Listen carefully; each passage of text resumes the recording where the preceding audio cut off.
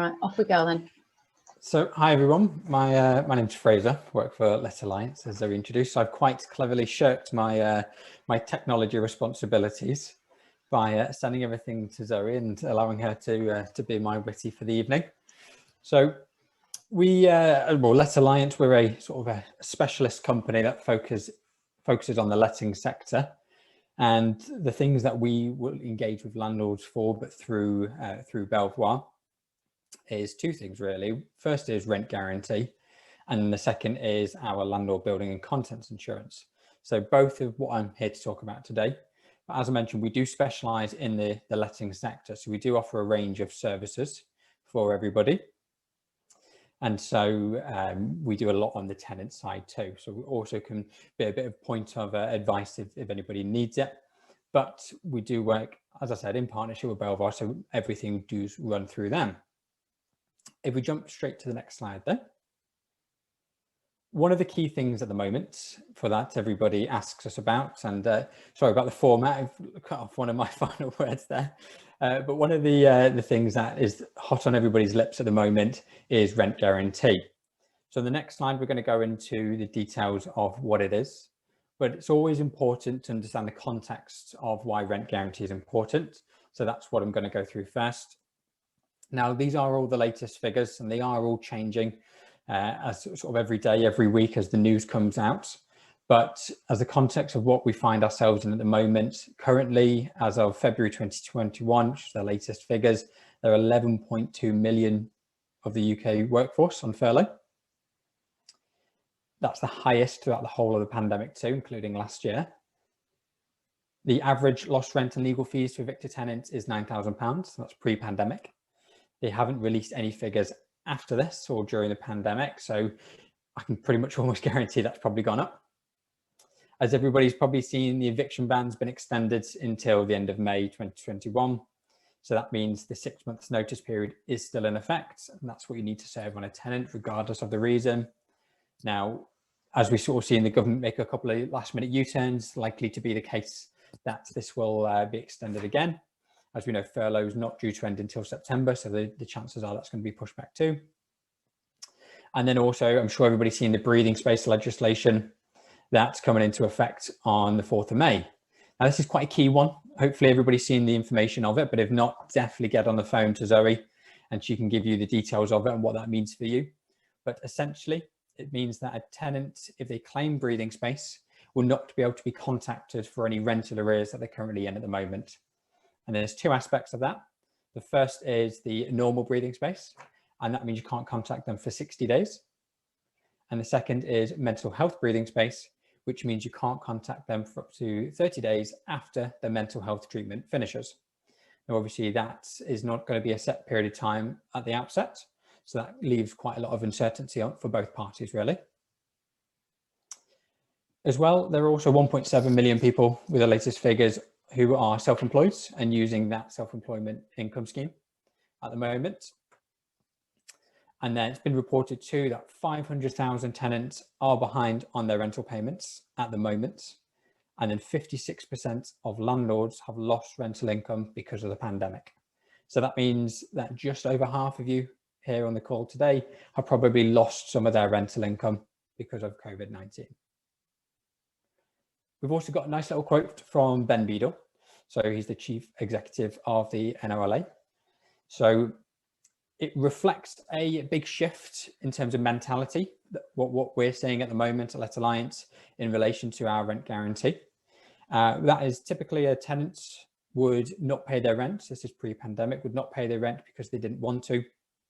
Whereas at the moment, we're seeing a lot of cases where a tenant is unable to pay their rent, and that being the reason. So it may not be malicious. They might want to pay their rent, but they've just simply not got the funds to do so because their income has been affected.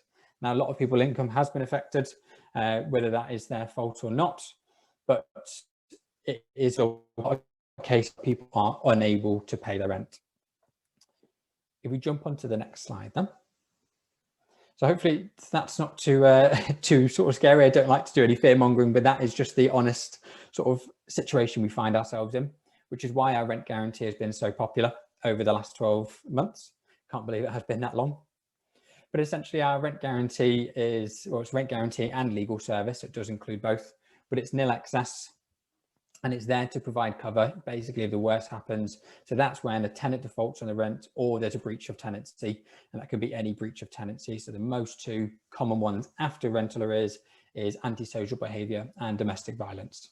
So we can assist in those cases. Now, it is all nil excess, so it pays back all the arrears back to the initial default, which is the most key thing, because you don't want to be having a huge excess on anything, where it means that you're going to be out of pocket from the very get-go. Covers when a tenant fails to pay their rent and all cases, and rent's payable for a maximum of 15 months or until vacant possession, whichever sooner. And we haven't currently seen a case that goes over 15 months, which means great news that it's going to cover sort of 99% of your sort of arrears period from the tenant. The only sort of really caveat is that we can only cover properties up to the 2,500 limit at the moment. So that's 2,500 a month. You probably won't have many properties around the area that you are that go into that, but if there's any over that, we won't be able to do that, unfortunately. And then also repossession of the properties included, as well as the full legal expense.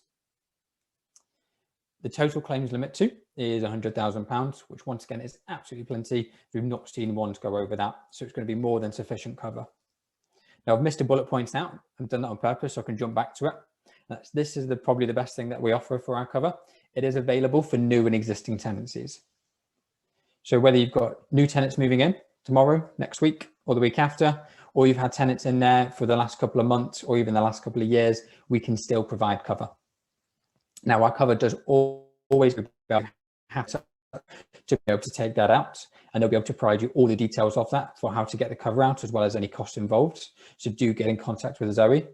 But being able to provide cover for existing tenancies has been so popular during the pandemic, because people previously might have moved in a tenant and thought, right, you know, great quality tenants, I don't need the cover at that time. That could have been 2-3 years ago even. But it does mean that with this one, you'll be able to go, right, unfortunately, their income might have been affected, or my tenant's on furlough, or you might not even know because they've not declared it, but I'm going to get myself cover for this period of time. Like I said, anything you need, get in touch with Zoe and she'll be able to give you all the information to be able to take out our rent guarantee. Jump into the next slide then. The other thing that we do offer is the landlord building and contents insurance. So without going into too much detail of that, because all is sort of specific to the cover and the cover you want, the cover available to you, depending on the type of property you have as well. But there is a long sort of list of things that we can go for. Now, just to run through a couple of highlights. So we've got buildings cover up to a standard of £500,000, sorry. Public liability cover up to 5 million. Nil excess options are standard. Very big believer of nil excess, but we can add excesses on if you wanted to reduce the premium. Both accidental and malicious damage by tenant covered on there, as well up to 90 days on occupancy cover standards, with alternative accommodation and loss of rent cover on there. Can also cover for multiple property portfolio. So if you do have more than one, as we've sort of heard throughout today, then, well, this evening, sorry, then you can obviously get discounted quotes available. And we all can also add contents onto there as well. If you do have a apartment or a flat and your building is included with it, just do contents alone. And we are underwritten by a GS, but we can source a range of options for you too. And then next slide. So very briefly as well, what we can cover. So all types of building construction, all types of tenants as well. So whether that's employed, DSS, asylum seekers, all those bits of information. Landlords who reside overseas, HMOs, whole blocks of flats, and then properties that are unoccupied. So not all of those are standards for most insurance companies, but as we are a specialist in the letting sector, we are able to offer such a huge range to benefit landlords. So it's worth getting in touch with Chris. So Chris Muddyman, he deals with Belvoir specifically and has a very good relationship with Zoe in terms of helping a lot of landlords previously. So Chris will be able to give you a quick quote, just run through the details of everything with you, or you can go through Zoe and Zoe can arrange that quote for you. Obviously, everything's no obligation. They can just be there as a bit of advice too and provide you with all the information you need. and then can assist you in terms of getting that set up. But that's everything for me today. I appreciate insurance isn't always the thing that everybody wants to hear about, so I like to keep it short and sweet.